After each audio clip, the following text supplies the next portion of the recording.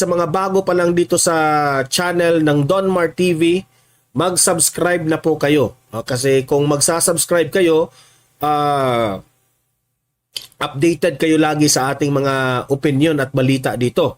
And also guys, yung mga cellphones ninyo ay ma-notify rin yan kung nagla-live na ang Donmar TV. Okay? So sabay-sabay tayong mag-subscribe sa Donmar TV.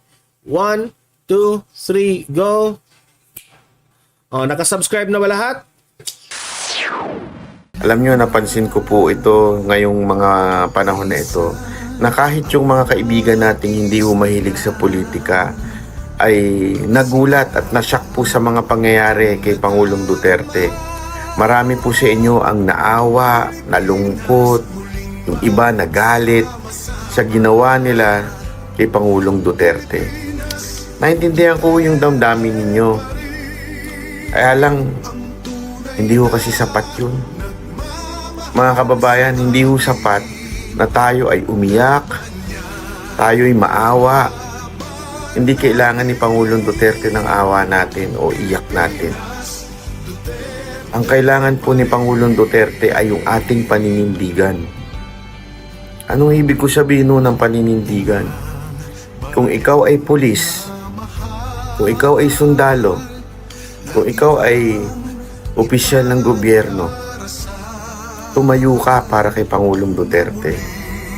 Hindi ko sinasabing sawayin nyo o suwayin ninyo ang mga batas o ang inyong pinuno. Ang akin lang, sundin nyo yung tama lang. Yung mga legal orders lang ang sundin nyo. Pag illegal orders, wag din ang sundin. Kasi tulad ng nangyaring pag-aresto na yan, illegal ho yan eh. Bakit ho kanyo illegal yan? Mga kababayan, meron bang legal na pag-aresto na nanggagaling ang warrant hindi ho sa korte sa Pilipinas, korte ho sa ibang bansa, sa ibang lugar? Tapos yung ICC na yon ay meron ho sa kanilang rules na pag hinuli ay dadalhin muna sa local court, at dun sa local court ay pwede ho munang mag-bail ang taong inakusa. Pwede munang hihingan muna siya ng panig niya. Due process ika nga. Pero hindi ho eh. Kinidnap po. Pinaspas ang ginawa ho nitong PNP natin. Ngayon, kung maaawa ka lang dyan, anong mangyayari? Anong mangyayari kung maaawa ka? Wala. Anong kailangan mong gawin ngayon kung ikaw ay naawa at gusto mong gumawa ng hakbang? Ipakita mo sa social media.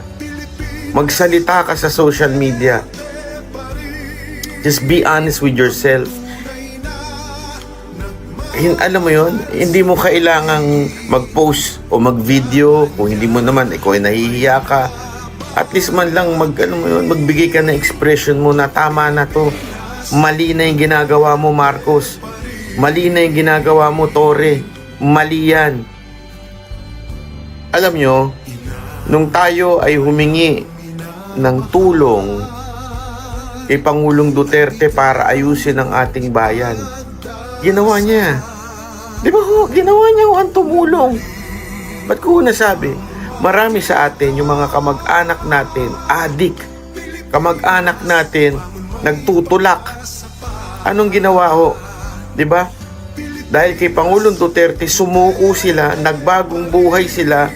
Yung iba naman, tigok na, dahil kasalanan naman nila. Pero at least, naligtas ho yung mga pamilya. Naligtas ho yung mga kamag-anak. Sino ang gumawa niyan? Si Pangulong Duterte. Nagbigay ng malasakit sa bawat Pilipino. Inayos yung mga ahensya ng gobyerno na magbibigay tulong. Di ba ho? Sino ang nagbigay? Si Pangulong Duterte. Sinong nag-angat ng ating ekonomiya?